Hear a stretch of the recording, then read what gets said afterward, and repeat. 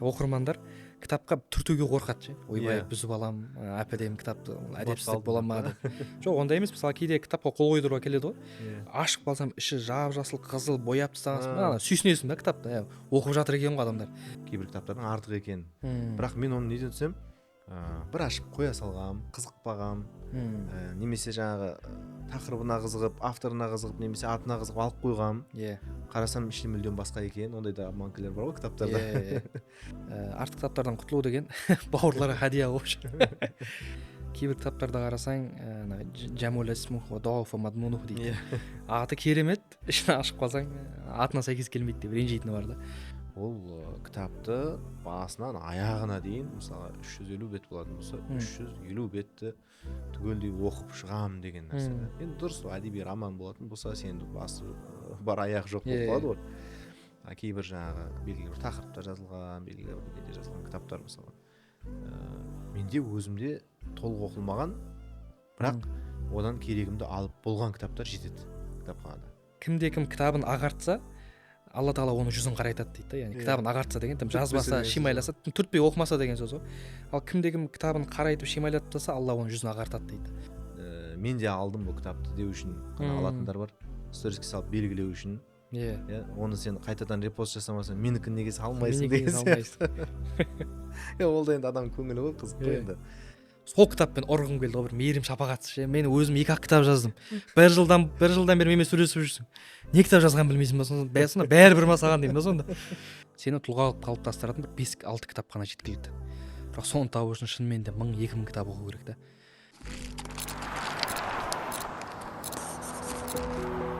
Ассаламу алейкум, қадірменді оқырмандар. Сіздерге бүгін жақсы жаңалықпен шығып отырмыз. Менің Мұғжиза атты кітабыма тапсырыс беру ашылды.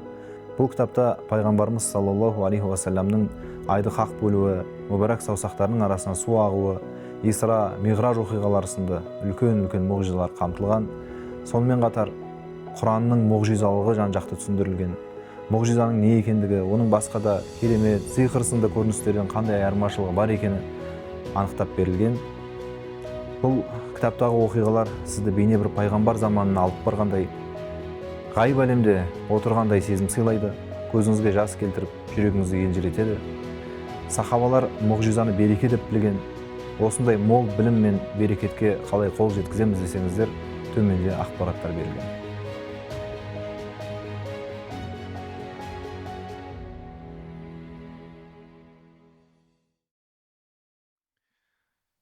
Бисмиллах, вальхамдулиллах, вассалату вассаламу аля расулиллах. Ассаламу алейкум, құрметті Аты жоқ подкаст арнасының көрермені. Біз сіздермен қайта қуанышып отырған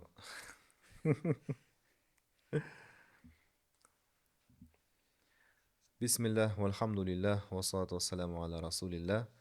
Ассаламу алейкум, құрметті Аты жоқ подкаст арнасының көрермені. Біз сіздермен қайта қауышып отырғанымызға қуаныштымыз. Бізде бүгін тағы да жарты жоқ подкаст. Өткен жолы Нұрсұлтан Рысмағамбетпен бірге түсірген едік. Бұл жолы Абылай Кенжалмен бірге подкастымызды жалғастырамыз. Қош келдіңіз. Қош көрдік. Абылай ұстаз сыр еліне. Айтпақшы, Қызылордада түсіріп жатырмыз. Әңгімемізді енді неден бастаймыз? Өткенде Нұрсұлтан ұстазбен бірге бастаған әңгімеден бастайық. Мұғжиза подкаст деп атаған болатынбыз. Енді бұл подкаст өткен аты жоқ подкаст болған жоқ. Әлі де күтуде көрермен. Нұрсұлтан ұстаз дәл қазіргі уақытта умрада. Келгеннен кейін бәлкім қараша айларында, мүмкін желтоқсан айларында түсіріп қалармыз деген үміт бар. Осы жылы әйтеуір бір түсіреміз. Осы жылды бір подкастпен жабамыз, Құдай қаласа. Сонымен тақырыпты мұғжизадан бастасақ, біз енді көрермендер біледі. 2 айдан бері біраз көрермен, біраз оқырман қолына бұл кітапты алды, оқып, кері байланысқа шығып жатқандар бар, пікірлерін айтып жатқандар бар. Енді оны Инстаграмнан біз стористерге салып жатырмыз, былайша сторис қарап отырған адамдар біледі енді. енді бұл неге ол тақырып таңдалды, ол не туралы, не жайында деген сияқты нәрселерді өткен подкастта біз айттық. Енді мұғжиза жайлы абылай ұстаздан бір әңгімелер естісек, потолокқа жазатын сөздер естісек деп отқандар бар шығар. Бір-екі ауыз қысқаша бұл жалпы қазіргі заманда не үшін керек деген сияқты бір маңызына тоқталып кету керек ау. Бисмилля, альхамдулилля, уассалату вассаламу аля расулилля. Дастан ұстаз, шақырғандарыңызға көп рахмет. Әлбетте, мұғжиза тақырыбы өте маңызды бір тақырыптардың бірі. Өйткені қазіргі таңда енді исламофобтар шығып жатыр қайта-қайта. Одан бөлек пайғамбар саллаллаху алейхи уассаламға бір сөздерді айтылып жатыр, жаман сөздердің барлығы да. Бұның барлығы ойдан шығарылған, дәлелі жоқ, дерек көзі жоқ, қайнар көзі жоқ деген секілді. Соған мына еңбек таптырмас құнды еңбек деп білемін. Одан бөлек сіз бұрында бір подкастыңызда айтып кеткен едіңіз, негізі бізде қазіргі таңда мынандай нәрсе көп тарағанда, яғни батыста да, ақшта да, жалпы әлем мұсылмандарына, жаңағы модернистер дейміз немесе пайғамбар саллаллаху алейхи уассаламды пайғамбарлықтан басқа бүкіл сипатпен сипаттайды ғой бізде. Мысалға оны да айтып кеткен болатынбыз. Мысалға ол сондай батыр болды, стратег болды, жаңағы қолбасшы болды деген сияқты сөздермен айтылады. Бірақ соның бәрінің астарында ол пайғамбар болды деген нәрсені бір ұмыттыру жатыр деген секілді. Соны бүркеумен қазіргі таңда сондай бір сөздермен көп айтылады. Бұл ең жақсы мотиватор деген сөздерді естіп жатырмын ғой. Ең жақсы психолог дейді, ең жақсы стратег, ең жақсы аналитик деген сияқты. Оның барлығы сипаттар, бірақ та ол бірінші кезекте пайғамбар болды. Әрі оның пайғамбарлығын дәлелдейтін нәрсе де осы мұғжиза негізі. Сол себепті біз сол пайғамбар саллаллаху алейхи уассаламның кім екенін ұмытпас үшін осы еңбек бір керемет туынды болды деп есептеймін. Яғни қазір қазақ тілінде де өзі діни кітаптар өте аз, оны мойындау керек. Көршілес Өзбекстан, Қырғызстан, Ресей жеріндегі Дағыстан секілді мемлекеттермен салыстырған кезде Қазақстанда діни кітап өте ақсап тұр. Сол себепті бұл да бір үлкен орынның басы деп есептеймін. Бұл олқылықты толтыру керек. Сол үшін қызмет етіп жатқан бауырларымызға Алла разы болсын. Мен тағы бір байқаған нәрсем, қазір бізде не үшін бұл тақырыптарды батыл жазу керек деп жатырмын. Комплекс бар да мұсылмандарда.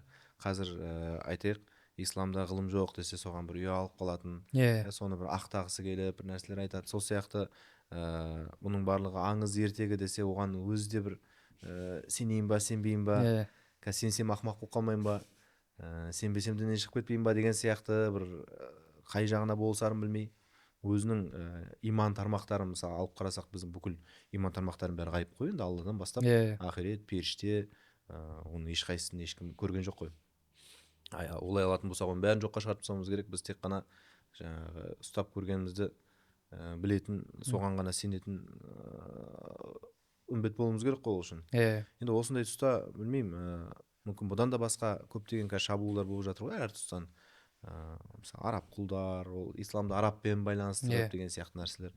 Осының барлығына керісінше анау Кахф сүресінде де айтады ғой, жаңағы анау бақша, екі бақшасы бар. Сіз айтқан кезде сен сонда күпірлік қылдың ба, ал мен болсам деп айтады ғой. Раббыма күпірлік етпеймін деп. Сол сияқты анау тойтарыс беріп, кейбір күпірліктерге, кейбір жаңағы дінге қарсы нәрселерге өзінің ішкі сенімін керісінше жария етіп көрсету керек шығар деп ойлаймын. Сондай бағыттардың бірі ғой бұл. Тағы да сондай бізге шабуылданып жатқан, тағы да сондай мұсылмандар сол тақырыпта өзінің бір бағанағыдай бір комплекс сезімде жүрген тақырыптарды қозғау керек. Жалпы енді кітап оқитын оқырмандар мүмкін білер, бірі білмес. Жалпы кітаптың артында да үлкен еңбек жатыр ғой негізі. Мысалы, сіз ризық кілттерін жазу үшін қаншама ол жерде уақыт кетеді, қаншама сапар болады шетелдерге, қаншама кітап ол үшін материал жинау. Осы жерде мысалға ризық кілттерінен бір история айтып кетсең. Негізі ризық кілттері деген шамамен 2021-22 жылда жазылып болды негізі. Сосын 2-3 жылдай өз уақытын күтті деген сияқты.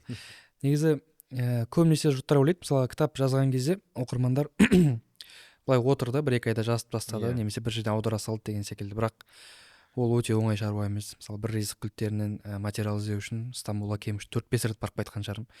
ол жерде қаншама кітап қарайсың, кітап іздейсің, ғалымдар не деді, ол ғалымдармен ақылдасасың. Ризықта мынандай бір мәселе бар, оны қосайын ба қоспайын ба деген секілді. Жалпы кітап жазылу процесі негізі өте қиын ғой. Оны дұрыс нәрсені жаза алу да керек, оны ризыққа қатысты бәрін жаза бермейсің ғой. Мысалы бізде кейбір жазушыларда мындай үлкен қателік бар да, мысалға олар кітапты бір жазып алады 150-200 бет қылып мысалға, сосын оны толықтырады, мысалы көп сөздермен, артық сулармен деген секілді. Бірақ негізі кітап керісінше жазылу керек дейді да. Мысалы ризыққа қатысты 300 бет жазып тастайсың, одан кейін жартысын қиясың ғой. Қысқарту керек. Қысқартып ең қаймағын ғана алып қалу керек та. Өйткені енді біздің мақсат бір бестселлер болу емес, және көп сатылу емес, көп оқылу ғой негізі. Бұрынғы ғалымдардың шынымен анау суюты бар, басқасы бар, кітаптарын қарап отырсаң 30 бет 40 бет хашиятул итнаб деп айтады, кітап үлкен болып кетеді, жаңағы қалың болып кетеді деген қорқыныштан мен оны қысқарттым деп көп кітаптардың кіріспесінде солай жазылатын да. Анау мен бір айтқан есімде, мен жаңағы ризық кілттерін материал іздеген кезде бір айналып келгенде бір 4-5 кітаптың ба айналасында екен деп, араб тілінде барлығы соған сілтеме бере береді, барлығы бір-бірінен көшіре береді ғой. Сонда басқа тілдерге де источниктерді пайдаландың ғой? Негізі әрине бірінші источник ол араб тілінде болды. Сосын кейбір ағылшын тілінде де кітаптар бар, ол жерден тек құрылымын ғана қарамасаң, оның өзі түбінде араб тіліне аударылады да бәрібір де.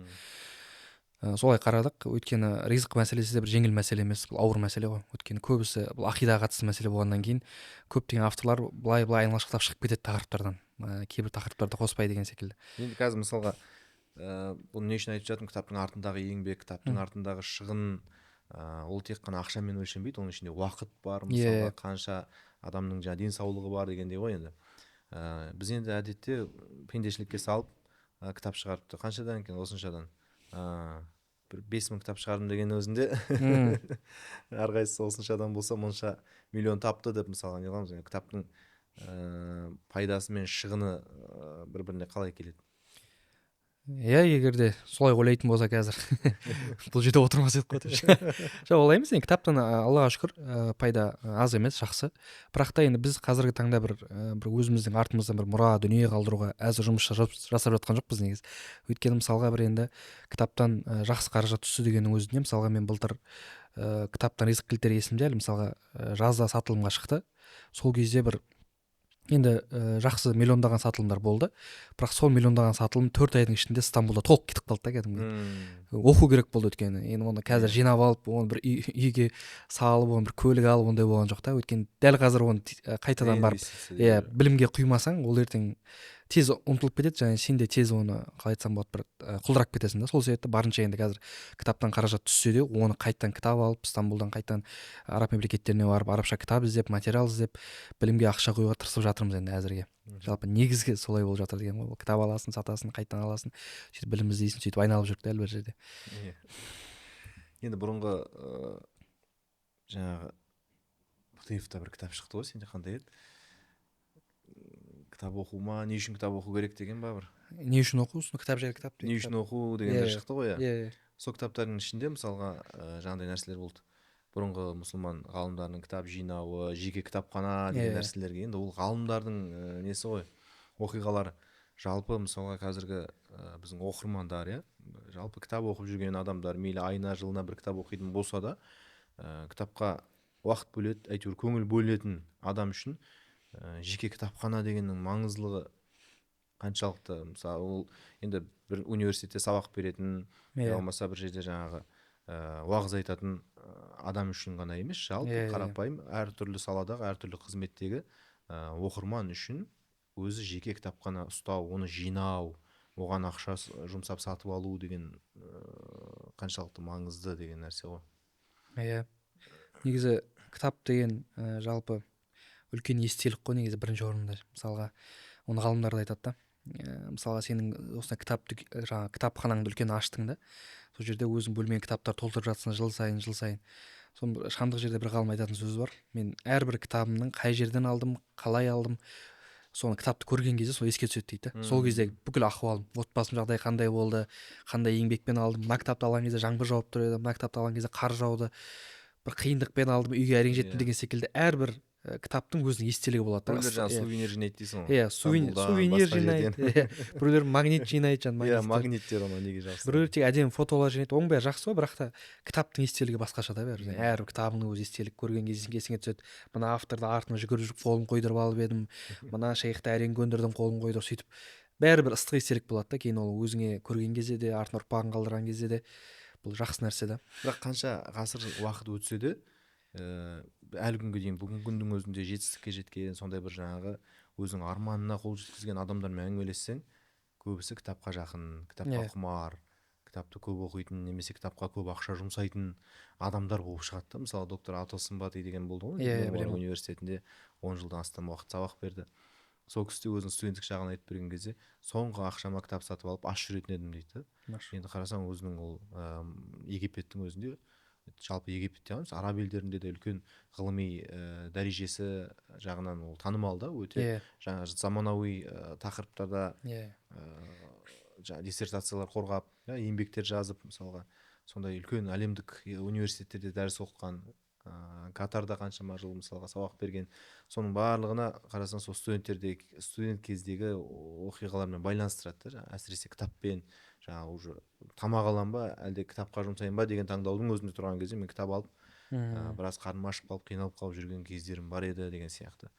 Енді қазір ойлаймыз ғой, неше түрлі дамып жатыр, технология дамып жатыр, оны қазір тыңдап та алуға болады, көріп те алуға болады, неше түрлі жаңағы ақпарат көздері көп қой. Енді біз енді оған тек жай ғана ақпарат деп қарайтын болсақ та егер, неше түрлі поисковиктер бар, небір сайттарда материалдар бар мысалы да, оның бәрін бірақ бәрібір кітап қарасаң осындай мұқабасы бар кітап, қолға ұсталатын қағаз түрінде, ол өзінің құндылығын жоғалтпайды. иә. Мысалы мен бұрын шамамен 30-ға жуық па электронды кітап жаздым. Иә. Әртүрлі тақырыптарда өзім үшін үлкен бір зерттеу болды, өзім үшін үлкен тәжірибе болды. Бірақ баспа күйінде бір кітап шыққан кезде сәл андай бір самолеттен қорықпайтын болдым деген сияқты. Артында бір нәрсе қалды әйтеуір деп, сондай бір не болады да. Әбілқайыр ұстаз айтады ғой, ана әдет кітабын қолыма әкеліп берген кезде роддомнан баламды алып қолыма ұстатқандай дәл сондай сезім, сезімде дәл болдым сондай деп. сезім болады екен. Негізі шынымен де жетістікке жеткен адамдар деген секілді мәселе ғой. Мысалға жақсы сөз бар да, кітап оқығанның бәрі жетістікке жетпейді, бірақ жетістікке жеткендердің бәрі кітап оқығандар дейді. Сондай бір жақсы айырмасы бар да. Сосын жаңа күшті керемет сөздер бар. Мысалы сені тұлға қылып қалыптастыратын бір 5-6 кітап қана жеткілікті. Иә. Бірақ соны табу үшін шынымен де 1000-2000 кітап оқу керек та. Сосын мен тағы айтатын нәрсе, жалпы адам кітапты өзі іздеп зерттеп тауып алған дұрыс сияқты негізі. Өйткені бізде сұрайды Осы топ 3 кітап, иә, өзіңізге ұнайтын топ 5 сол сұраққа жауап бергім келмейді ше, топ 5 Маған да кітап. ең қиын сұрақ осы. Жоқ, маған келетін ұнайтын кітап саған ұнайды деген сөз емес та ол. Сен өзің зерттеуің керек қой. Мысалға қарапайым фильмді айтатын болсаң сұрайды ғой, не фильм көрсем болады деп. Оған айтсаң мысалға, ой онша емес екен. Қызық емес. Кітап та сондай ғой. Ол әркімнің өзінің жеке өзінің вкусы болады да, уже дәм болады да. Сол себепті кітапты кәдімгідей іздеп, зерттеп, қарап, өзіңнің сүйікті жаңағы топ-лист болу керек та кітаптың өзінде де. Соны айтып жатырмын да. Ол әр адамға әртүрлі. Ол мысалы ақыл ой өрісінің деңгейі әртүрлі болады адамның. Сосын оның қызығушылықтары, талғамы, оның басынан қазіргі өтіп тіпті бір адамның өзіне мысалы дәл қазір қызық болмағанымен 5-10 жылдан кейін мысалы белгілі бір кітап ол үшін кәдімгідей бір өміріне мән кіргізетін кітапқа айналуы мүмкін да. Өйткені сондай жағдайларға байланысты, қазіргі соңғы кезде басына өтіп жатқан нәрселерге байланысты оның керісінше сол кітапқа қызығушылығы артуы мүмкін да. Кезінше қызықпай үйде шаң басып жатқан. Сол сияқты ең қиын сұрақтың бірі осы. Қандай кітап ұсынасыз, қандай кітап оқуға кеңес бересіз. Бірақ жалпылама мен айтам, өзің бір 3 топқа бөліп қарастыруың керек шығар кітапты ше. Мысалға біріншісін сен мамандығыңа байланысты оқисың. Неге? Өйткені сен сонымен біріншіден нан тауып отқаннан кейін, еңбектеніп сонымен жаңағы жан бағып отқаннан кейін ол сен адам қарайсың ба, немесе біреуге құқықтық кеңес бересің, ол білмеймін қандай сала болса да сен адамдармен жұмыс істеп содан наның жеп отқаннан кейін адал болу үшін, еңбегің адал болу үшін бірінші кезекте сен өз салаңда дамып отыруың керексің да, өзің мамандығың бойынша. Екінші тобы сен ұстанатын дініңе байланысты болу керек деп ойлаймын. Сен сеніміңді күшейтіп отпасаң, ол да сен мысалға кейбір өмірдің қиын сәттерінде тауың жығып езіп жібереді мысалға. Сондықтан өзің Құраныңа байланысты, пайғамбардың хадистеріне байланысты, сол діннің ішіндегі өзің қызықтыратын тақырыптарға байланысты, біреуді көркем мінез, біреуді отбасы мәселелері деген сияқты мысалы. үшінші тобын ұлтыңа қатысты оқу керек деп ойлаймын. Сен қазақ болғаннан кейін өзің арғы тарихың, шежірең, әдебиетің, енді біздің көркем әдебиеттің барлығы біздің сол қазақтың өткен кеткен тарихынан хабар береді, қазақтың болмысынан, мінезінен хабар береді мысалға, сол сияқты өлкеңді танытады этнографиялық тұрғыдан. Сондай осы үш топқа бөлу керек деп ойлаймын да мен. Мысалы осы тұрғыдан жаңағыдай қандай кітап оқуға кеңес бересіз, не кітап оқысам болады деп жүргендерге мысалы өзің не айтасың тағы? сол ғой, дәл жаңағындай мысалы дініңе қатысты, өзіңнің салаңа қатысты, отбасыңа қатысты міндетті түрде болу керек. Одан кейін жаңағы балаң бар ма, мысалға бізде әлмул хал деген ұғым бар ғой. Саны халиян дейді ғой, жаңағы қазіргі таңда ең маңызды, міндетті, өзекті білім болады, соны білу керек. Мысалға балаң дүниеге келді ма, бала тәрбиешілік кітабы оқуың керек. Қалтаңа сәл ақша бітіп жатыр ма, қаржы сауаттылығы жайлы бір кітап болу керек міндетті түрде. Ақша бітпей жатыр ма, тағы қаржы сауаттылығы. Жалпы енді өміріңде қай нәрсе дәл қазір саған қатысты болып тұр, сол саланың барлығында кемі 1-2-3 кітаптан тоқтамай, ситуация бойынша жүріп отыру керек. Ситуация бойынша тоқтамай жүру керек. Ол жерде кітапта да жақсы мысал бар да, мысалы кітап оқу керек деп айтады, бірақ көп адамдар мән бермейді ғой. Мысалға қарапайым күнделікті тіс жуу сияқты дейді да, мысалға. Сен бір күн тіс жума, 2 күн жума, ол қатты ештеңе әсер етпейді. Мейлі 10 күн, 20 күн, 30 күн, бірақ бір уақытта жаймендеп құрт жеп түсейін деп жатқан кезде жүгіресің дейді да стоматолог. Сол секілді кітапта басында білінбейді. 1 жыл, 2 жыл жүре бер, мән берме, оқыма, бірақ өмірінде кейбір ауыр сынақтар, ауыр кезеңдер пайда болады. Сен мүмкін 2 жыл бұрын оқыған бір кітабыңда соның шешімі бола салуы мүмкін еді. Ал сен соған мән бермей, кейін 20-10-15 жылдан кейін кәдімгідей соны қиналып қалады. Өйткені рухта бір білімге мұқтаж бәрібір де. Сол себепті кітапта да дәл қазір пайдасын көру шарт емес, бірақ сонда да болашақтағы сондай бір кедергілерді, майда бір сынақтардың алдын алуға шынымен де көп көмек етеді. Мен осыны көп байқадым өткенде Әбілқайыр ұстазбен болған подкастта. Айттым да сол кезде. Мысалға бір кітапты бастайсың, оқып келе жатасың. 200-ші бетке келдің мысалға да. Күнделікті өзің нормаңмен оқып келе жатсың. Бір 2-3 күн тоқтап қалды. Ана кітапты ашқан жоқсың. Бір жағдайлар өтті басыңнан. Содан кейін 2-3 күннен кейін ана кітапты келген жеріңнен жалғастырып жатсаң, кеше сен жауап бере алмай қалған сұрақтың жауабы тұр да. Келесі бетте тұр да. Немесе кешегі жағдай, мынаны білген кезде мен оны басқаша шешетін едім деген сияқты қарап отырсаң, соған қарағанда күнделікті жылжып отырған неңді не дейді, уерт дейді ма, әркімнің өзінің несі бар ғой, мөлшері. Соны қалдырмау керек сияқты. Әлде біз тек сол жағдайдан кейін анаған мән беріп жатырмыз ба? Сосын тағы бір нәрсе, кейде мысалға осыдан 2011 жылы жаңа бір сайттан скачать етіп алып PDF-пен оқып тастаған бір кітаптардың кейде аты, авторы, соның ішіндегі мазмұны есіңе түсіп жатады да, сұрақтың арқасында. Бір мәселе болады, сұрақ қойып қалады. Мен осыдан 12 жыл бұрын оқыдым ғой мынаны дейсің да, ана кітап бірден сарт етіп есіңе түседі ғой. Сол кезде мен көзім жетті да, кітап ұмытылмайтынына, кітап бәрібір анау жаңағы мидың бір түп жағында болса да бір жерде жататынына, оны сұрақ қазады екен ғой, сұрақпен адам түртіп шұқып оны бетіне шығарады екен да. Енді өткен жолғы Әбілқайыр ұстазбен болған подкастта көбінесе мен кітапты қалай оқимын, немесе кітапқа қарым-қатынасым қалай деген секілді сұрақтарға жауап бердім. Енді осы жерде сіз айтсаңыз, мысалға діни саладағы адам кітапты қалай оқу керек деген секілді, сіздің тәжірибеңіз қандай деп сұрақ қойғым келіп тұр, керісінше. Оны енді адам өзіне керек кітапты, өзінің оқитын, қызығатын кітабын табу үшін негізі біраз кітап оқу керек сияқты. Мысалға жаңағы алғаш көлік алған кезде де бұйырған мінесің бірінші, әркімнің айтуымен, нұсқауымен, одан ана көлікті мініп көресің, мына көлік, соңында өзіңнің бір вкусың шығады. Одан кейін мысалға 2-3 көліктен кейін мен мынандай көліктерді ғана мінем, маған мынандай көліктер ғана ұнайды деген сияқты өзің бір талғамың пайда болады. Ал басында сен ол автокөлік жағынан мүлдем ештеңе қақпайтын кезде ол саған әйтеуір әркімдікімен жүресің. Ананы мін десе, соны мініп алып ше. Сол сияқты кітапта да мысалы Мактабатлы Уақфия деген болды кезінде. Әлі бар ма білмеймін. Соның менде несі болған 50 гигабайттық жесткий дискіде полный PDF күйінде скачаттелген кітаптар болған. Мен содан біраз кітапты оқыдым, әртүрлі тақырыпта ше. Содан кейін барып өзіңе бір қызықты, өзің бір осы маған ұнайды, осыны оқығым келеді, тереңірек білгім келеді деген бір жаңағыдай өзің бір талғамың пайда болды. Сол сияқты діни кітап оқыған кезде де мысалға мен өзім жақсы көріп оқыған бірде сұрақ қойды маған Инстаграмда бір Нұрмубаракта оқитын студент. Бір тұрақты түрде кітап оқығым келеді, бір үзбей кітап оқуды әдетке айналдырғым келеді. Әрі ол маған бір қызықты болсын деді да. Мен жалғып тастап кетпейтіндей не кітап бар. Мен айттым сияр алам нубаланы оқы. Ана кибар табиин деген томынан бастады, үлкен табииндер деген томынан бастады. Енді хронология ғой. Оны жаңағы имам Захаби өз өмір сүргенге дейінгі адамдар, ғалымдардың бәрінің өмірін жазып шыққан ғой енді. Соны оқы дедім. Ол жарайды деп кетті де, сосын біраз уақыттан кейін қайтадан жазды. Білмеймін, мынаны түсіне алмадым мен дейді. Түсіне алмадым болғанда бұның несіне кайфына кайфына кіре алмадым дейді ғой, короче. Сосын енді мен айтамын, сен өзің басқа оқып көрсе әртүрлі өстіп шығып көр, ананы оқып көр, мынаны оқып көр. Сол кезде өзің нең табасың ғой деймін да. Сол сияқты кейде сосын тағы бір қателік, мысалға бізде арабша үйреніп алады да, көп шәкірттер, білім жолында жүргендер, болды мен енді тек қана арабша оқимын дейді. Бұл да қателік, дұрыс емес.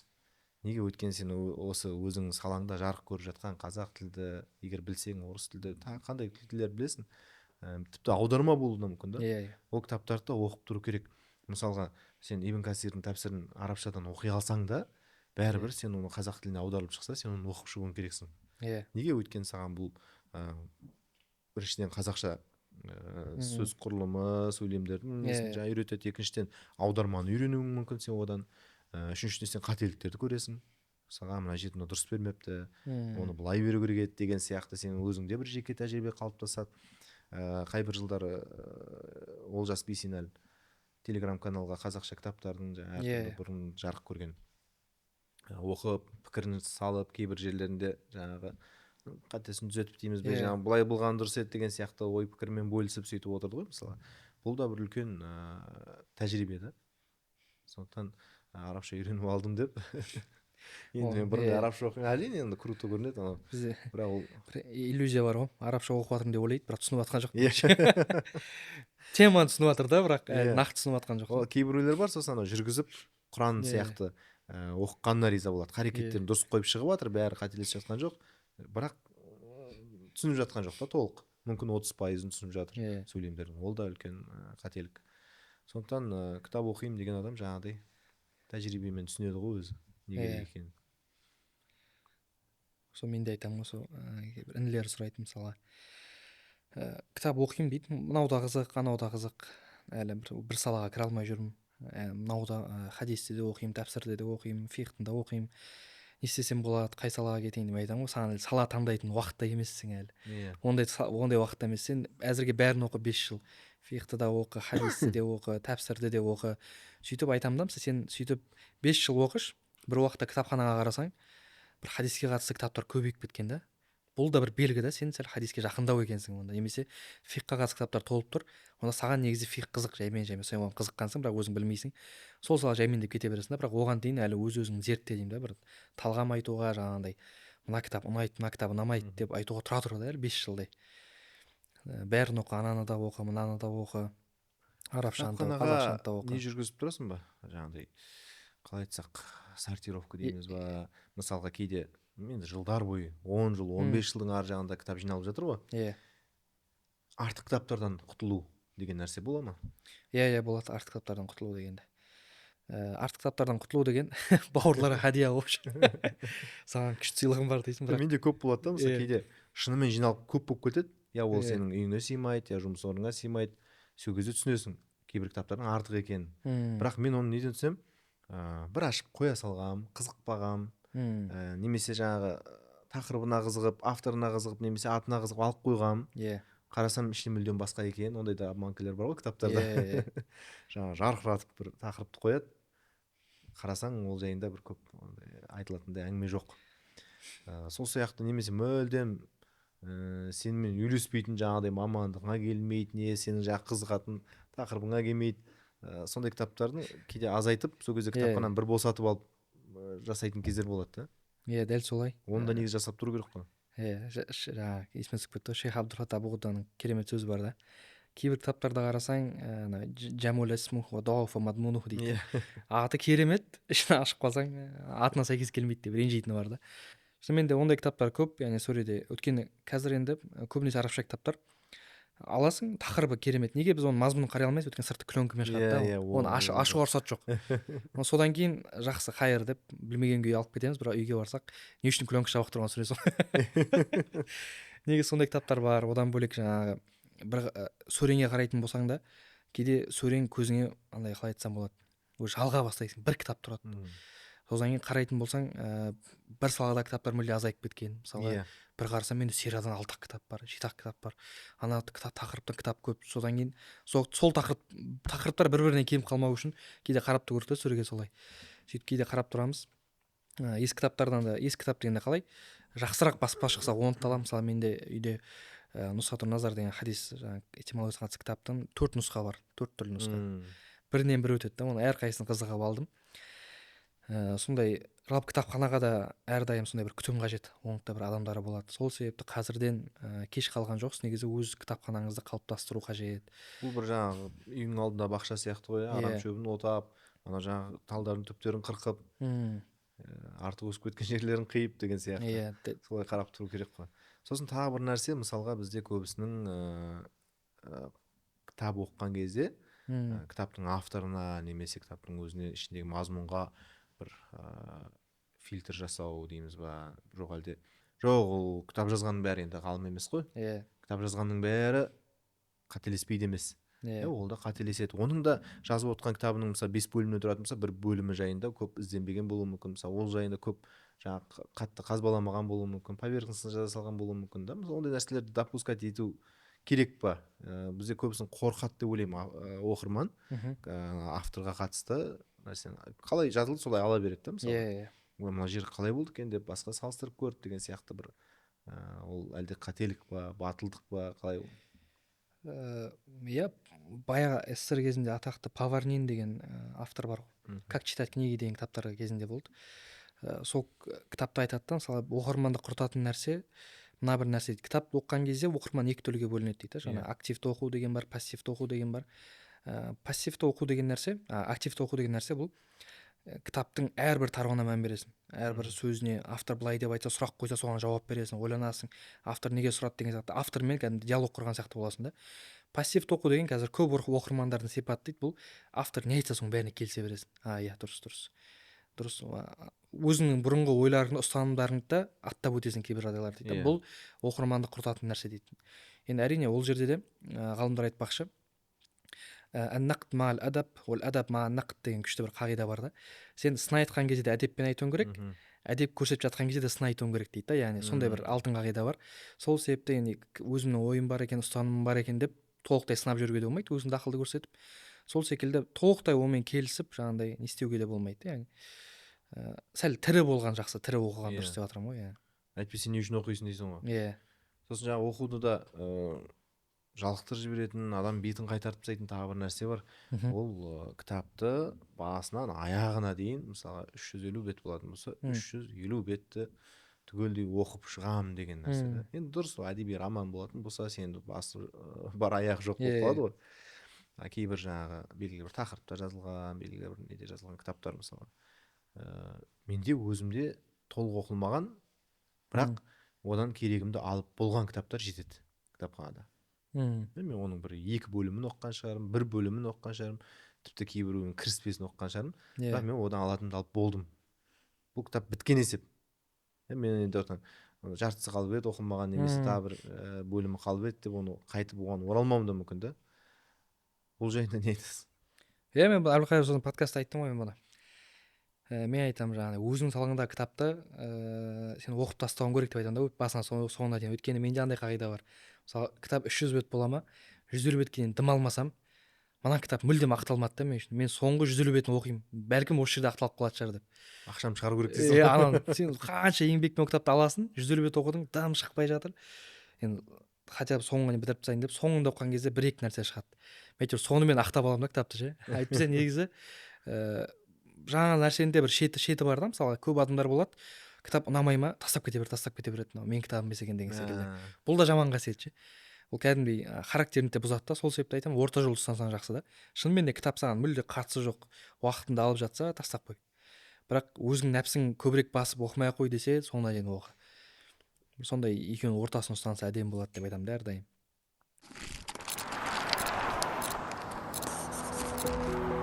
Ассаламу алейкум, қадірменді оқырмандар. Сіздерге бүгін жақсы жаңалықпен шығып отырмыз. Менің Мұғжиза атты кітабыма тапсырыс беру ашылды. Бұл кітапта пайғамбарымыз саллаллаху алейхи уассаламның айды хақ бөлуі, мүбәрак саусақтарының арасынан су ағуы, Исра, Миғраж оқиғалары сынды үлкен мұғжизалар қамтылған. Сонымен қатар Құранның мұғжизалығы жан-жақты түсіндірілген. Мұғжизаның не екендігі, оның басқа да керемет, сиқыр сынды көріністерден қандай айырмашылығы бар екені анықтап берілген. Бұл кітаптағы оқиғалар сізді бейне бір пайғамбар заманына алып барғандай, ғайып әлемде отырғандай сезім сыйлайды, көзіңізге жас келтіріп, жүрегіңізді елжіретеді.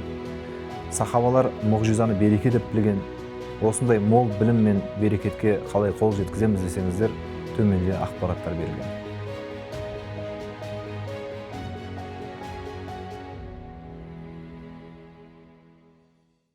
Оқыған кезде жазудың да маңыздылығы бар да. Иә. Біз мына мұғжиза кітабының арт жағына не қалдырып кеттік. Мм. Для заметок деп тұрады ғой. Иә. Сондай бір 6-7 бет қалдырып кеттік та. Неге? Өйткені мен әдетте жиегіне жазам, оған сыймайды, майда болып қалады. Жаңа Абу Ханифаның сөзі бар ғой, ля туқармитл китаба деген. Жазған кезде майдалап жазба. Иә. Егер Қартайсаң көре алмай қаласың. Өкінесің. Иә. Жаңағы өліп кетсең қарғыс естисің деп, сенен кейінгі оқыған адам не жазған деп сені сөгеді деген сияқты. Сол сияқты жеңіне жазайын десең, мысалы кейде келіп қалады ғой, мысалы бір кітапты оқып отқанда ой келеді, сұрақ келеді. Көбінесе жаңа осындай жамағатпен де сұхбаттар болған кездесу болған кезде қоям деп жүрген сұрақтарым көп еді. Осы кезде біреусі ойыма келмейді деп айтып жатады ғой. Мен айтамын, жазып жүрмейсің ба, жазып қоймайсың ба? Мына осы мәселені қоям деген сияқты. Соны ең болмаса телефон заметкісіне деген сияқты. Сол үшін кітап оқыған кезде жазудың да маңыздылығы өте зор сияқты. Бір жағынан бұл сенің ойланып отқаныңды көрсетеді, бағанағы активті оқу деген сияқты. Сен жай әшейін оны зырылдатып бір жаңағы басқа тілдегі бір мәтінді оқығандай, өзің түсінбейтін тілдегі оқып отқан жоқсың. Сен оны түсініп отырсың, сен тақырыпқа кіріп отырсың, керісінше сен оған айтарың бар, сұрайтын нәрсең бар. Мына жағына жазып отырсаң, ол бір жағынан өзіңе де өзің қанағаттанасың да. Екіншіден, бұл оқырманды жай сатылап алып келіп жазатын, яғни қаламгер дәрежесіне де алып баратын жол ма деп ойлаймын. Мысалы енді адам оқып өте көп оқығаннан кейін белгілі бір уақыттарда өзінің оқығанымен бөлісу үшін немесе оған енді мысалға бір кітапты оқып шығасың, бұл сен бір кітаптың ғана білімін алмайсың, өзіңдегі бар біліммен ол толығады да, ол екі есе білім болады да. Мысалға менде осыған дейінгі жиылған білімнің багажы бар ғой, сол мына кітапты оқыған кезде ана бір-бірімен бірігеді да, ол үлкен пазл құрылады, үлкен химиялық жаңағы не сияқты болады ғой, сөйтіп ол үлкейеді да. Сол сияқты өткенде жаңа бізде елімізде бір қария бар, ақсақал, мамандығы техникалық мамандық, басқа қызметтерде болған, бірақ кітап авторы да, осыған дейін 2-3 кітап жазған. Сонда айтып жатыр да, мен ешқандай мамандығым емес, тек мен өмірде түйгенімді, көргенімді осы кезге дейін оқығанымды ұрпаққа қалдырып кетейін деп кітап жаздым деп жатыр да. Сол сияқты қазіргі оқырман ертең қаламгер жазушы болу үшін де оған бір қадамдар керек шығар. Ол неге қалай көшеді, ол үшін қалай әрекет етеді. Мысалы бір күн өзіңде кітап оқып жүрдің, енді міне қазір кітап жазып жүрсің. Осы жерде бір 5-6 баспалдақ бар шығар. Дәл солай. Үлкен ғалым Шейх Муджалли Хатиб деген үлкен мұхаддис ғалым бар, сол кісі айтады да, адам ол отырып жазу керек деп жазбайды дейді да, ішінен атылып шығады дейді. Мында піседі ғой. Мынанда піседі дейді, айтпаса болмайды. Сен Алла тағала саған ана бір жердегі бір нені кетікті көрсетіп бір, мына жер толтыру керек деп, сен оны көріп тұрсың, ондай кітап болмай жатыр, ондай кітап таппай жатсың. Сол кезде уже шыға бастайды, мен жазуым керек. Өйткені қоғам қарайсың, мысалы бүкіл ғалымдардың кітабын қарайтын болсаң, жаңа кіріспесінде оны барауат истихлал дейді ғой, бір кітаптың не туралы айтылып жатқанын түсінесің. Сол жерде андай бір күшті сөздер келтіреді да. Мен кітап жазған себебім қазіргі заманда осы нәрселер болды. Мен мынаған шыдай алмадым, мынаған жауап беру керек болды, немесе мына бір тақырып айтылмай жатқанын көрдім деп, әрқайсының бір себебі бар да. Сол сияқты авторлар да сондай бір себептерді сезеді негізі оқи бере. Неге осыны жазбасқа, мен жастармен маған сөйлесем, неге осыны істемеске деген секілді. Кітапты көп оқыған сайын жалпы көзіңе көптеген проблемалар көріне бастайды. Сол кезде міне жазатын уақыт жаймен деп келеді да.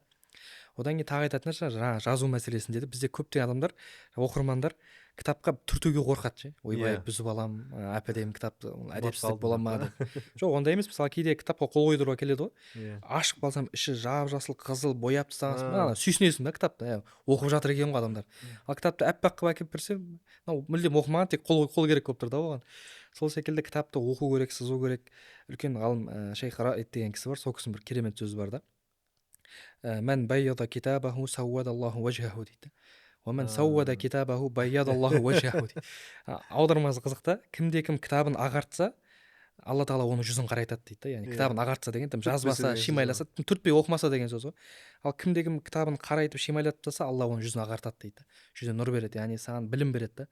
Сол себепті кітапқа деген әдеп, керісінше оның ішін сызу, бояу, шимайлау, үлкен қылып жазу, сұрақтарын жазу.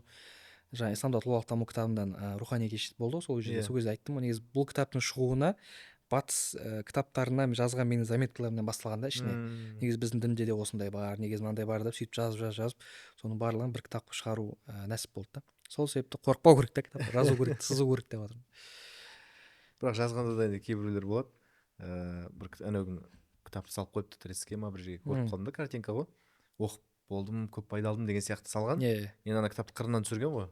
Өзі бір 200 бет кітап болса, ол жерде 600 ба стикер тұр да. Айтамын, мынаған синтаксис талдау жасаған ба не істеген. Сол сияқты анау бояу керек екен деп ретсіз жөнсіз бояй беруге болмайды ғой. Бір жағынан сосын кітаппен бір өстіп екі жақты байланыс болып отырғаны керемет та. Мысалы сен бір жерге барып осы аудитория алдында сөйлесең, бәрі көздері бақырайып бүйтіп тыңдап отырса, сен ойлайсың, не мен түсіндіре алмай жатырмын бұларға, не айтып жатқан нәрсем қызық емес деп. Иә? Ал керісінше деп реакция білдіріп, сол сұрақ қойып, сонда анау ше біздің анау жаңа тахаджудты ұйықтамай оқыса болмайды деп жүріп қой, сонда бола ма не деген сияқты. Мысалы саған бір керісінше кері байланыс көрсетіп отырса, онда сен өзің де бір шабыттанып не аласың да. Сол сияқты кітаппен де жаңа адамның қаншалықты түсінген, түсінбеген сол кітаппен байланысынан көруге болады ғой. Қаншалықты сызды, бояды деген сияқты. Енді оны ручкамен де аямау керек, кәдімгі сиямен жаза бергенде тұрған ештеңе жоқ. Негізі біз бұрын кейбіреулер кітапты кәдімгідей бүйтіп су күйінде ұйықтап күтеді. Оның үшін майысы дұрыс, енді оның барлығы. Стеклянный полкаға салып қойып па. Сызуға да аяйды.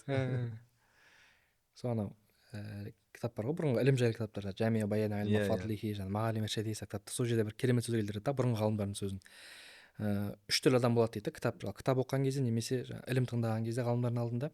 Біріншісі бәрін жазады дейді, ол да құрдымда дейді. Екіншісі дым жазбайды, ол да құрдымға кетті дейді.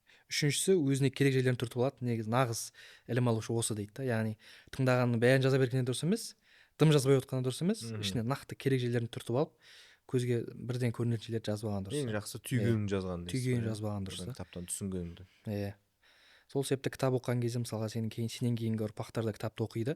Ол сенің кітабыңды оқу шарт емес. Мысалға сен Мұғжиза кітабын оқыдың, артындағы жазатын жерлерге өз ойын жазып кетсең, кезінде атамыз осындай ой түйген екен ғой деп оны да ойлайды да кейінгі ұрпақтар. Сол себепті бұрында Мұхтар Әуезовтің кітапханасына барған кезде, үйіне, музейге, әрбір кітапта өзінің несі бар, жазып кеткен. Мына жеріне сұрақ белгісін қойған, мына жерге келіспеймін деген секілді авторлар жазып кеткен жері бар. Оқысаң кәдімгі тарихта көзіңе қызықтана көрген кезде. Сөйтіп жазып кетсеңіз, қазірден ол да ертең кейінгі ұрпақтарың үшін өте жақсы бір мотивация болады. Оқырман қалыптастыру бұл енді үлкен еңбек қой. Адам біз қазір бір кітап сатып алып, осыны оқып жатырмын деп сториске салғаннан, немесе осындай күшті кітап алдым деп сториске салғаннан сен оқырман болып кетпейсің ғой. Ол оқырман деген үлкен дәреже деңгей. Оған адам қалыптасады жылдар бойы оған. Қазір біз енді былайша оқырман, көрермен деп айта береміз ғой.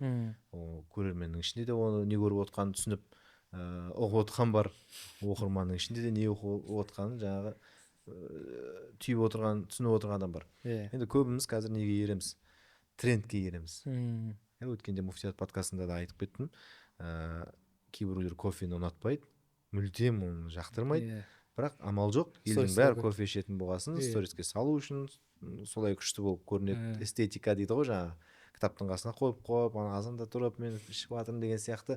Әйтеуір елден қалмау үшін ішетіндер бар да. Сол сияқты байқаймыз, енді елдің халықтың арасында жүрміз ғой.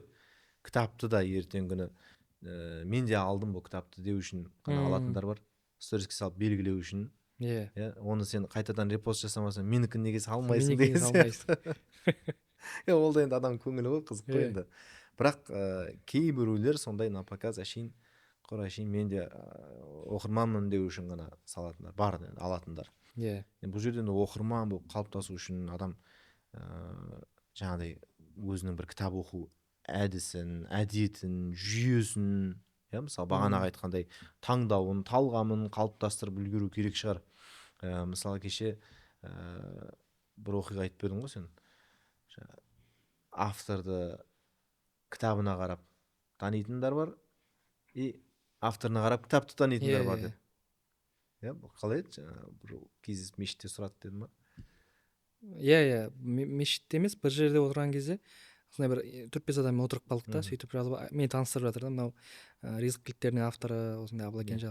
Сіз ба автор дейді да маған. Міне көрдің ба? Мен танымайды, бірақ кітапты қызығып, сол тақырып ұнап, мен ол кітапты оқығам, қызығып қалдым, өзіме ұнатты, сөйтіп несін айтып жатыр да, өзінің талқысын. Ол сенің кітабың болғандықтан алған жоқ қой оны. Бір қызығып сүйсініп қаласың да. Осындай бір мен танығаннан без бір жүрегін мазалап жүрген бір тақырып екен, қызығып жүрген, сөйтіп алды, оқыды.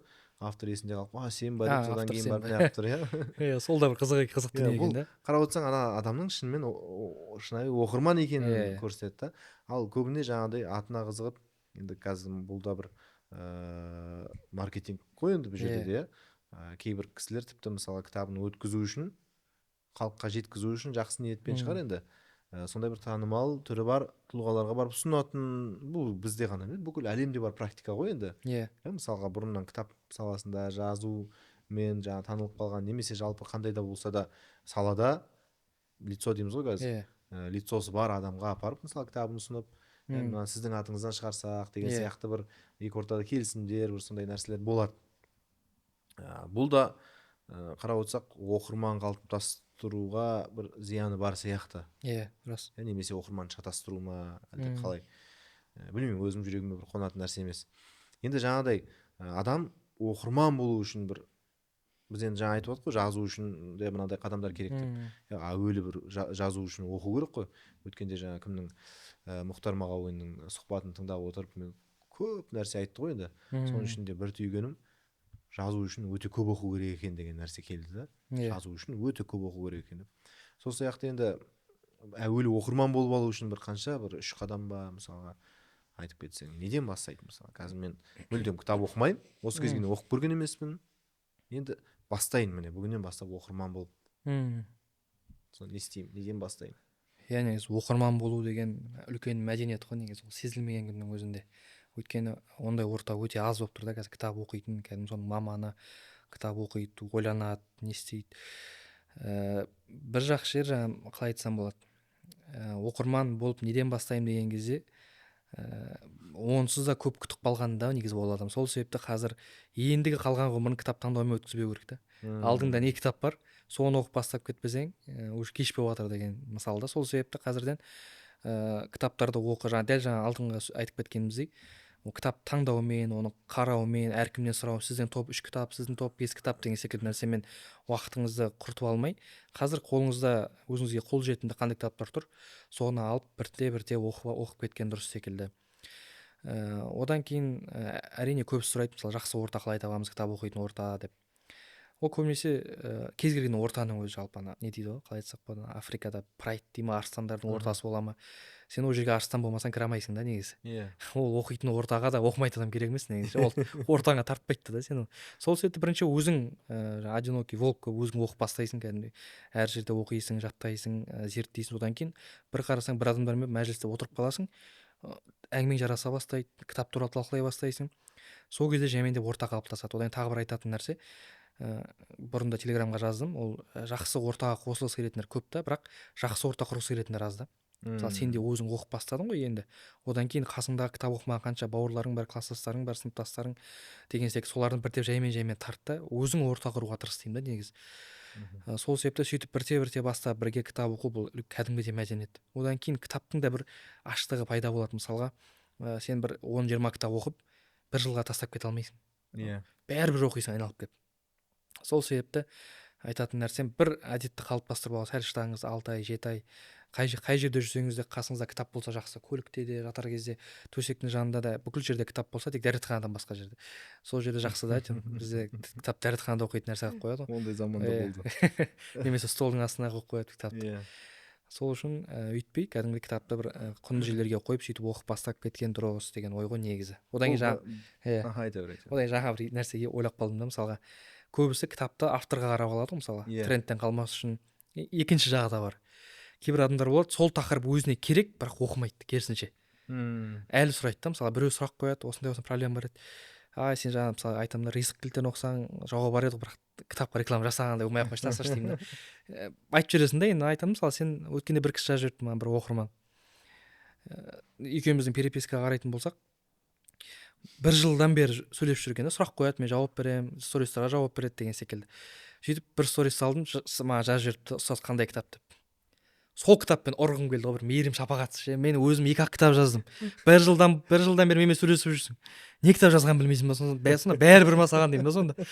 Сондай бір ашуланасың да кейде. Сол себепті өзіңізге керек тақырып болатын болса, мен кітап ал деп отқан жоқпын жалпы.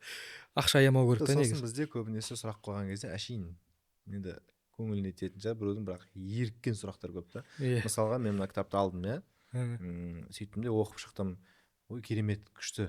Әсіресе осы жағынан, айтайын, подросток бала өсіріп отырған, я болмаса мектепке барып жатқан енді балаларын, осындай жастағы балалары бар әкелерге таптырмас керемет кітап екен деп сториске салдым, мысалы.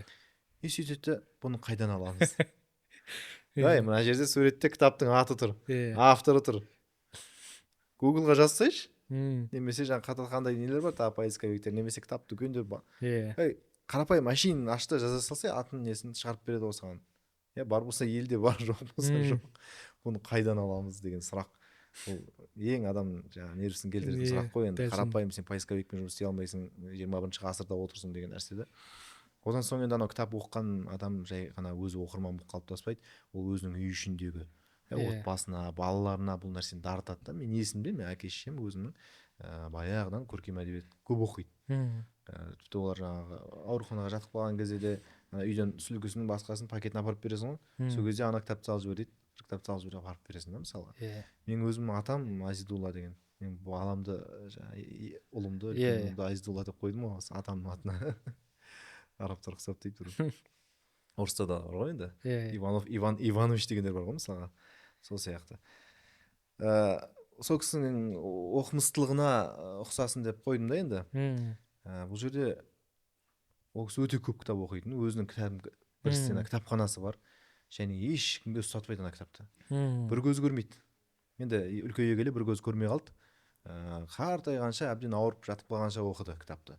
Әжем ұрсады, мына шал екінші көзінде құртатын болды ау деп, әрдайым кітаптарын тықып тастап жүреді. Ол қырғын айқай шу мына жерде таптырып алады ана кітапты.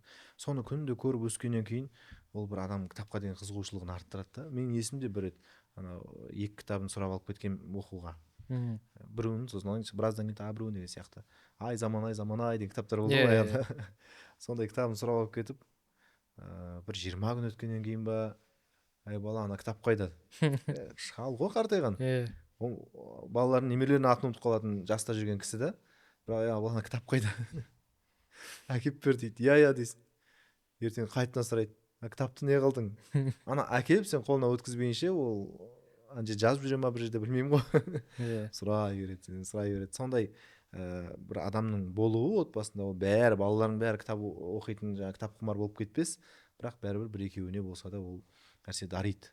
Сондықтан мен де ойлаймын, сол кісілердің бір көрінісі шығар деп, әйтпесе ұстап алып бергелі оқы демек түгіл бермейді кітаптарын, мысалы қызғанады, сөйтіп жүргенде жаңағыдай осындай бір нәрсе, кітапқа деген әйтеуір бір жақындық пайда болды ғой.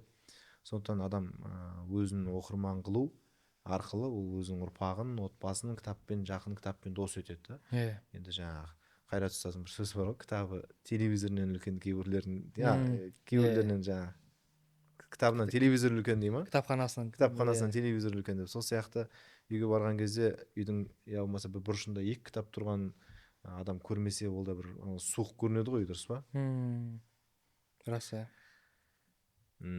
Жаңа сұрақтар демекші, инстаграмдағы сұрақ жауаптарға кішкене тоқталып кетейікші.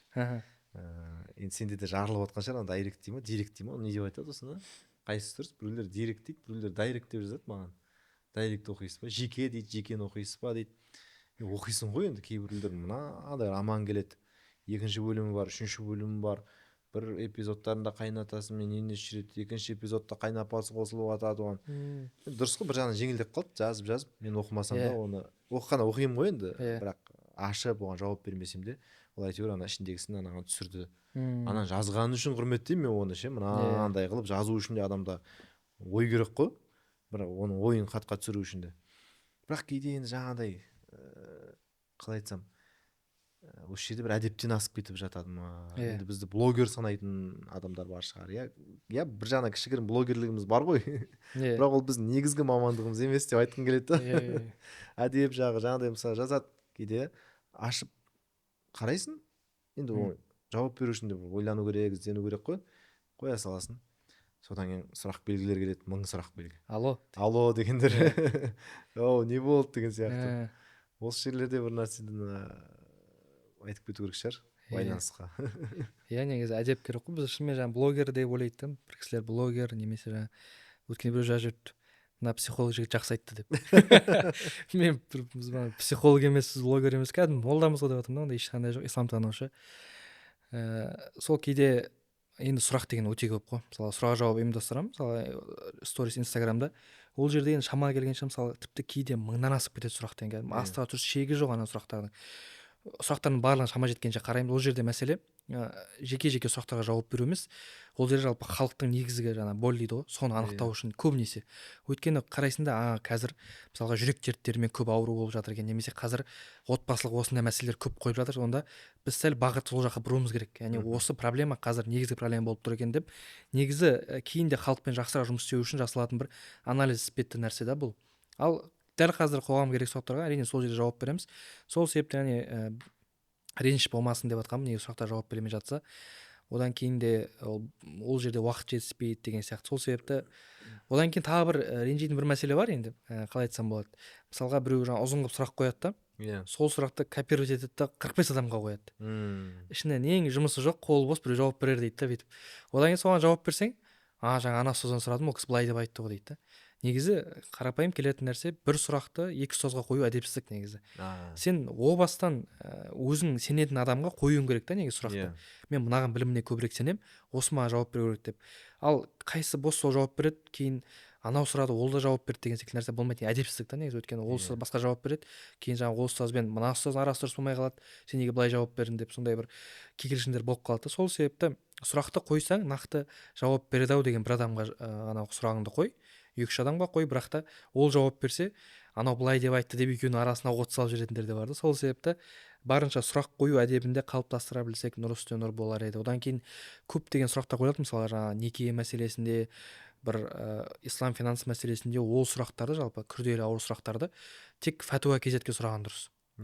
Әрдайым айтамын да, ол жерде 1000 жерден доктор болсын, 1000 жерден жаңа исламтану ғылымдарының профессоры болса да, ол сұрақтарға жауап беру құзыреті негізі фәтуа кезетке көбірек жүктеледі. Елдегі жағдай ескеріледі да, ол жерде толықтай мәселені ашып қарайды, жеке сөйлеседі, ойып жауап бере салатындай мәселе емес та. Одан кейін жаңа сұрақ фәтуа ілімінде бір ұстаздан естіп қалып едім, айтады да, негізі сұрақ қойған кезде сұрақ қоюшы көбінесе жауап өзінің ығына жығылу үшін әдейі бұрып қоятындар болады дейді да. Көбінесе соны байқамай қалып жатады дейді сұрақ жауап бергендер. Негізі мен бүйтіп едім деген кезде, онда сенікі дұрыс деп жауап бере салуы мүмкін. Бірақ жаңа фәтуа кезетте өйтіп қаралмайды да. Екі тарапты тыңдайды, бүкіл сұрақтарын қарайды. Сол себепті негізі айтатын мәселе, кәдімгі Қазақстан мұсылмандар діни басқармасының арнайы сол фәтуа кезет деген сұрақта күрделі ауыр жеке мәселені сол жерден сұраған абзал. Біздікі де көбінесе қоғамдық бір кейбір мәселелерді ғана басын ашып кетеміз деген. Сосын сұрақ жауаптан байқағаным, енді маған да көп қойылады ғой. Жап-жас болса да адамдарда көбіне жаңа ішкі уайым, стресс, депрессия деген нәрселер өте көп. Мысалға енді баяғыда айтамыз ғой, соғыстан кейінгі жылдар, тоқырау жылдарда өмір сүрген адамдар, өскен балалар, енді олардікі түсінікті енді. Бізде керісінше баршылық, тоқшылық,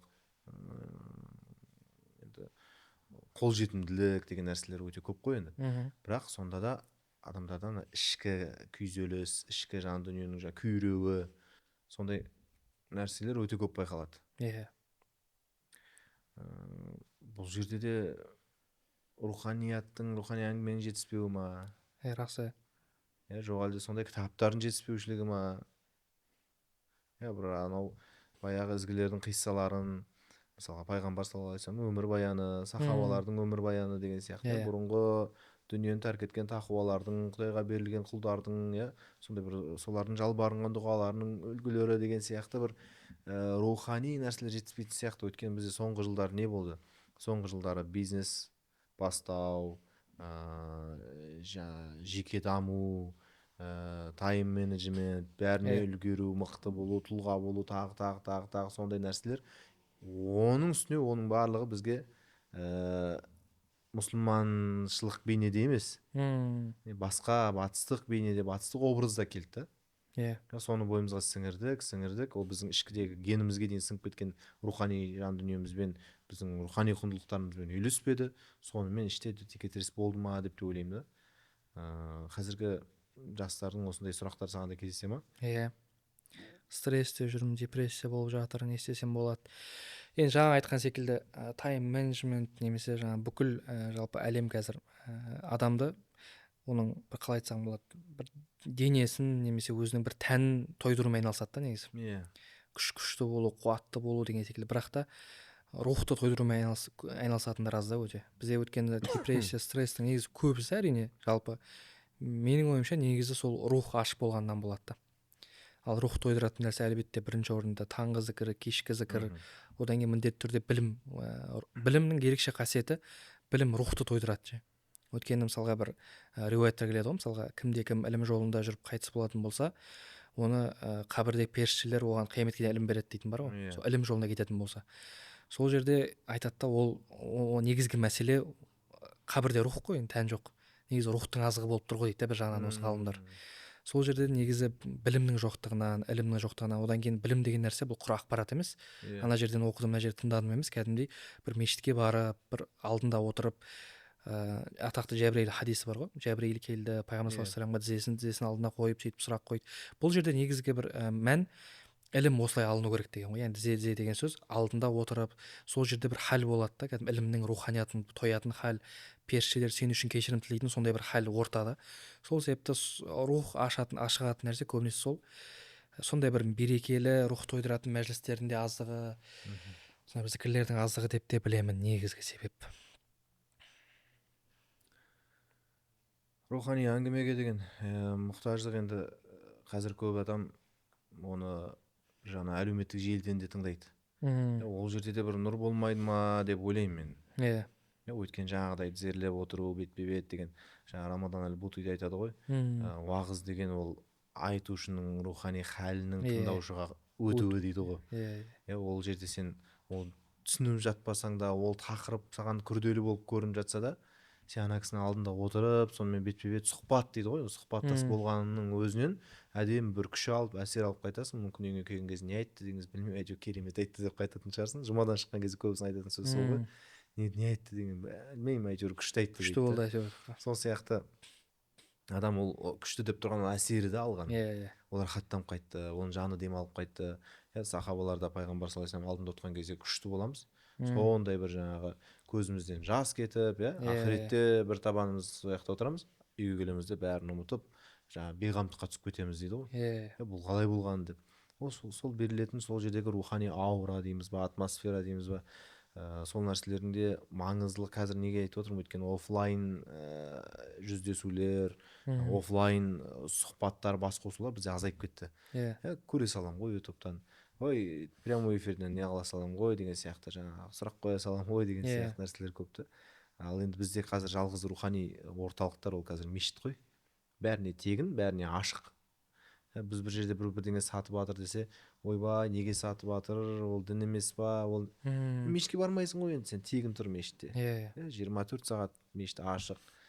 Қашан келем десең де сен сабақ алам дейсің ба, дем салдырам дейсің ба, білім бер дейсің ба, сұрағыма жауап бер дейсің ба, барлық қызметті көрсетіп тұр тегін. Одан адам бас тартқаннан кейін, одан қашқаннан кейін жаңағыдай нәрсеге орнатты. Оның ішінде лайықтысы бар, лайықсызы бар, оны сатып жатқандардың ішінде. Жаңағы әртүрлі алаяқтықпен айналысып жүргендер де қазір қажылықтарға дейін кіріп кетті ғой енді, умра компанияларына дейін. оның үстіне одан бөлек қазіргі уақытта кітап қой енді ең жақсысы қазына. Мен мысалы мұғжиза кітабынан өте көп маған пікірлер келді. Иманым әлсіреп жүреді, шаршап жүредім, сондай бір жаңағы күйде жүредім, түсініксіз күйде. Бірақ жақсы болып қалдым, рахаттанып қалдым. Неге? Өйткені ішінің бәрі жаңағыдай пайғамбар саллаллаху алейхи вассалам басынан өткен ғайып істер, қалыптан тыс істер да, күнделікті сенімен бүйтіп айтыпты, оған былай істе деп жауап беріпті деген нәрселер емес. Ол жерде жаңағыдай талды түйеше жетектеуі деген сияқты, немесе аспанға ұшу, қаншама енді мұғжизалар бар ғой. Өзі бұны шығарған уақытта да жаңа өткен подкастта айттым айтпадым ба есімде қалмады. Бұдан да басқа бізде бұдан кейін де жазылған кітаптар бар ғой. Хадиске қатысты, отбасына қатысты деген сияқты дайын тұрған дүниелеріміз де бар негізінде. Бірақ неге бұны шығардық? Өйткені біріншіден пайғамбарға қатысты іліммен бастайық, берекеті болсын деген сияқты мағына болды. Екіншіден қазіргі кезде адамдар жаңағыдай сұрақтар көп қойылып жатыр ғой, депрессия, стресске байланысты, ішкі уайымға байланысты. Содан құтқаратын бірден бір осы әңгімелерді. Осы әңгімелер неге? Өйткені мен бұны 2018 жылы Ақмешітте жұмыс істеп жүрген кезімде наиб имам болып жұмыстан шығып Нұр-Мүбаракқа докторантураға тапсыруға барып жаздай сол жақта болдым, емтиханына дайындалдым. Сол уақытта қателеспесем шілде, тамыз айларында жаздың 2 айының ішінде жазылған кітап қой. Өйткені барып оқып жүрген кезде, емтихан дайындалып жүрген кезде бір нәрсе жазып қояйын тағы да. Бұның алдында да жазылған кітаптар бар негізінде. Бір нәрсе жазайық деген ой келді.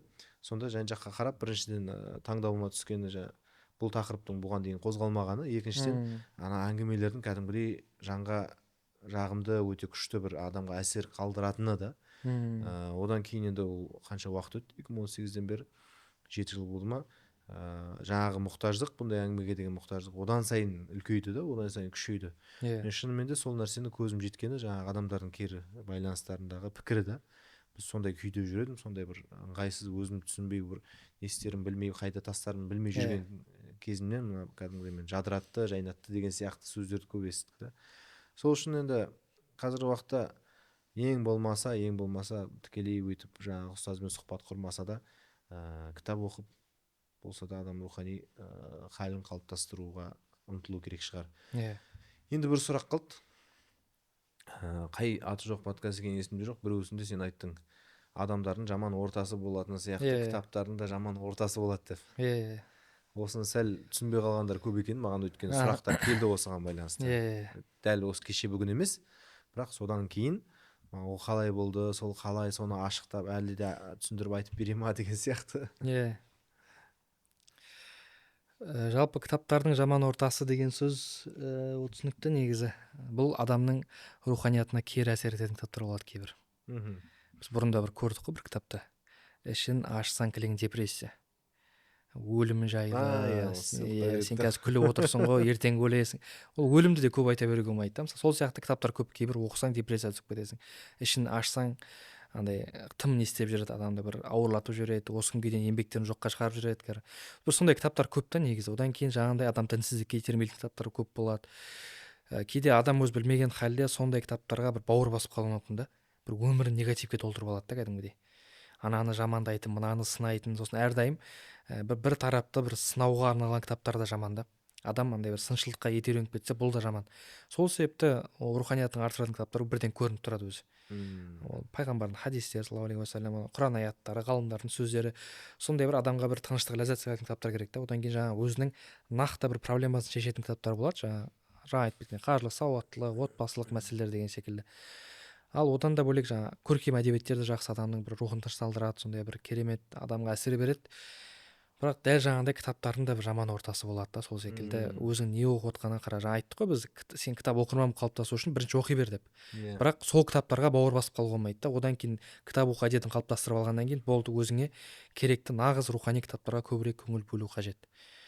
Кейде бұл анау уағыз айтып жатқан кезде де біреу уағыз айтып жатқанын тыңдайсың ғой, мысалы.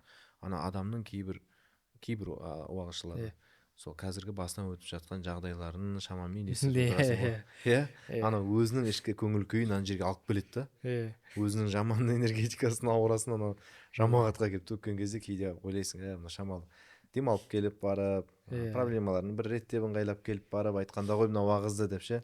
Сол сияқты кітапты жазған кезде де адам жаңағыдай өзінің күйзелісін несін жаңағы ауыр бір күйін береді ғой. Ондай кітаптарды да былтырлар оқығаным есімде. Айтпай ақ қояйын енді аты жөнін. Фолиант баспасынан шыққан дей салайын. Бізде Нұрмұбаракта Сержан деген ұстаз болды, қазақ тілін берді. Иманды болсын, ол кісі қайтыс болды. Сол ана бізге кітаптарды алып келеді сол кезде, 2000 жыл, 2010 жыл ғой. Сол кезде қазақ тілінде жарық көріп жатқан алғашқы діни кітаптарды алып келеді өзімен бірге.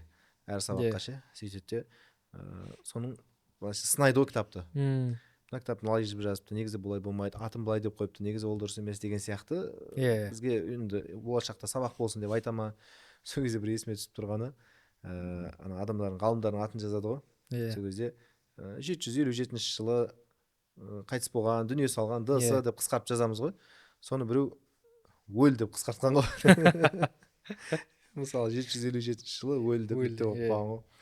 Соны көрсетіп айтады да, мынау мысалға біріншіден өлген деп жазылмайды дейді. Ол басқаша жеткізу керек. Екіншіден сен не деп қысқартты, не өлген деп толық жаз дейді, солай жазғанның өзінде де. Өйткені оны ауырып жүрген біреу оқиды шығар дейді. Бір науқас, ауыр науқаспен науқастанып жүрген біреу оқып, ана өл дейді, өзіне қабылдайды мысалы. Соның көңіліне алып қалады деген сияқты қарапайым оқырманның көңілін ойлап отыр да. Енді бұлар маман ғой енді ол кісілер енді жаңа оқыған. Сол сияқты ол өзінің ішіндегінің бәрін ақтарып тастайтын, ол күнделік емес. Ол жаңағы оқырманға пайдасы тиетін, керісінше оған демеу болатын, оған арқау болатын нәрсе жазу керек қой. Тоқ етері. Дәл осы. Жаңағыда айтып өттік қой, мұғжизаны шығарғандағы да бір себебіміз, көп себептің біреуі әуелі пайғамбарға қатысты саллаллаху алейхи вассалам ілімнен бастайық деп. Одан кейін енді оның ар жақ бер жағында толғап жүрген дүниелер бар ғой. Әсіресе кейінгі кездерде инстаграмдағы сұрақ жауаптар, маған жекеме келген хаттардың көптігінен және соның барлығы бір тақырыпқа келіп көбінесе құятынын байқағаннан кейін мен осы отбасы жайындағы кітабымды дайындап жатырмын. Келесі кітабым ол үйленгенге дейін деп аталады. Яғни бойдақтарға арналған ғой енді. Жар таңдау, жаңағы жігіттің қай қасиетіне қараймыз, қандай қызға қараймыз деген сияқты, соның ішіндегі танысу, білісу мәселелері сол үйленгенге дейінгі мәселелер болғаннан кейін сол үйленгенге дейін деп қарапайым түсінікті болу үшін. Одан кейін отбасылық өмір. Бұны енді адаптация кезеңі дейді. Біреулер 1 жыл, біреулер 2 жыл дейді ғой. Ол үйленгеннен кейін деп оны негізі барлық дайын пісіп қалған материалдар ғой. Мене біріншісінен гөрі екіншісіне қатысты материалдарым қатты пісіп тұр. Үйленгеннен кейін ба? Жаңағы адаптация кезеңіне байланысты. Қарым-қатынас қой енді, әйел мен жаңағы күйеуінің арасындағы қарым-қатынас және сол жердегі пайғамбар үлгісі, сол жердегі исламның беретін үлгісі да, оны енді біреу орындай алуы мүмкін, біреу орындай алмауы мүмкін. Соны екінші томда үйленгеннен кейін деп береміз да оны. Сосын біраз шамалы сақал шашымыз ағарғаннан кейін балалы болғанда деп жалғастырамыз ғой. Әдемі, машалла. Сол сияқты енді әдетте біз подкаст аяқтаған кезде не жаңалығың бар, алда енді қандай кітап күтейік, исламдағы тұлғалық дамуды оқып болған шығар, енді кітапта таусылудың қырап қалды деп жаңа айтып қалдың. Ризық кілттері одан да аз қалған шығар. Өйткені оның алдында шықты ғой енді. Келесі шығатын, жарық көретін дүние, ол қандай дүние? Енді Алла қаласа, бізді жаңағыдай оқырмандардың сұранысына байланысты негізі. Сол маған да енді отбасылық сұрақтар көп келмейді. Сол маған жекеге қойылатын сұрақтардың көбісі жүрекке байланысты болды да. Мысалға ықылас деген не, мысалы намаз оқып тұрған кезде ойым бөлінеді, Аллаға ықылас қою деген қандай мәселе, бүйтіп істесем рия болып кетпей ма, рия деген не нәрсе, менде бір тәкаппарлық бар секілді, тәкаппарлықпен қалай күресеміз, немесе мен өз-өзіме бір таңғалатын секілді, өз-өзіме масаттанатын секілді деген секілді бір жүрекке қатысты сұрақтар өте көп. Неге болып қояды? Өйткені сен соған жақсы қанағаттанатын жауаптар беріп отырғансың, ойынан шығатын. Соған байланысты енді білмеймін, осы күнде өзі сұрақ жауаптан бір тематика қалыптасады негізінде. Тұлға қалыптасады ғой сұрақ жауаппен ше. Неге сондай сұрақтар өте көп. Мысалы мен ашуды жеңе алмаймын, ашуланамын деген секілді. Сол жалпы жүрекке қатысты қандай мәселелер бар, соның барлығын енді шынымен де қанша енді кемі 100-ден аса дерек көз қарап жатқан шығармын негізі. Ол бір хасад көре алмаушылықтың өзін өте үлкен қылып жазып жатырмын. Барынша көре алмаушылық неден бастап туындайды, көре алмаушылықпен қалай күресеміз деген секілді жүректегі бүкіл дерттердің барлығы, енді соның барлығын бір кітапқа сыйғызу әлбетте мүмкін емес. Сол себептен кітапты алла қаласа 3 том қылып шығаруға ниеттімін негізі. Одан кейін сол кітаптың да атын ұзақ ойландым, былай ойландым. 3 томға келетін күшті ат керек болды да, сыртына жазып қоятындай. Сосын енді қазақ тілінде керемет сөз бар екен, сау жүрек деген бір банальный естіледі да. Иә. Сол үшін саф жүрек деп қояйын деп жатырмық та. Қазақ тілінде саф деген керемет сөз бар, таза деген, таза алтын дейді ғой араб тілінде дейін. Сол үшін саф жүрек кілттері деген атпен кітап алла қаласа шығады. Машалла. Енді сол одан кейін шүкір мәселесі, тәуекел барлығын сол 3 томға жинақтауға тырыстым енді. Кішігірім энциклопедия ғой. Иә, кішігірім жүрекке қатысты. Адам соны толықтай өзінің жауабын содан алатындай. Иә, барынша сонымен жұмыс істеп жатырмыз енді негізі. Қашан шығатынын айтпай ақ қояйын. Ақшаларын жинаңдар десей. Ол енді биыл келесі жылы. Биыл десем келесі жылы шығады. Келесі жылы одан кейін шығады. Одан кейін шығады. Ең дұрыс айтпау керек болып тұр ғой. Иә, алла берекесін берсін, алла қуат берсін. Бұл енді не үшін айтып жатыр, өйткені дайын болыңқырап қалған дүние ғой енді. Иә. Ортасынан асып кеткен дүние ғой. Енді бастайын деп жатырмын. Осын жазсам ба деп отырмын деп жаңа айтпайды ғой енді, белгілі. Иә. Сондықтан күтеміз. Көрермендер, оқырмандар да күтеді деп ойлаймын. Өйткені мен қазір байқағаным, Абылай Кенжалының оқырмандары деген бір өзі бір жаңағы шоғыр дейміз ба, не дейміз жаңағы адам қалыптасып қалған.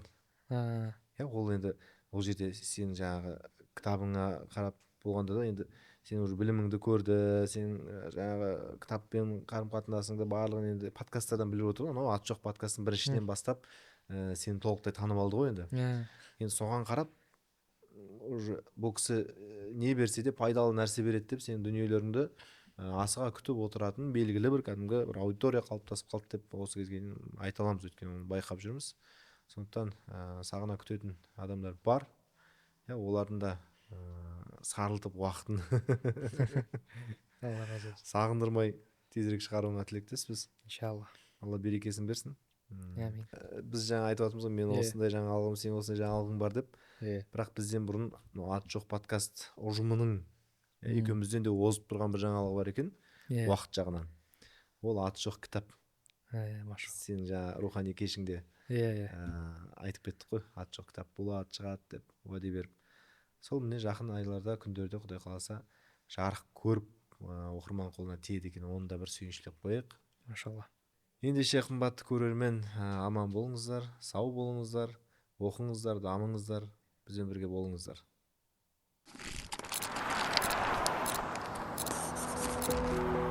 Ассаламу алейкум, қадірменді оқырмандар.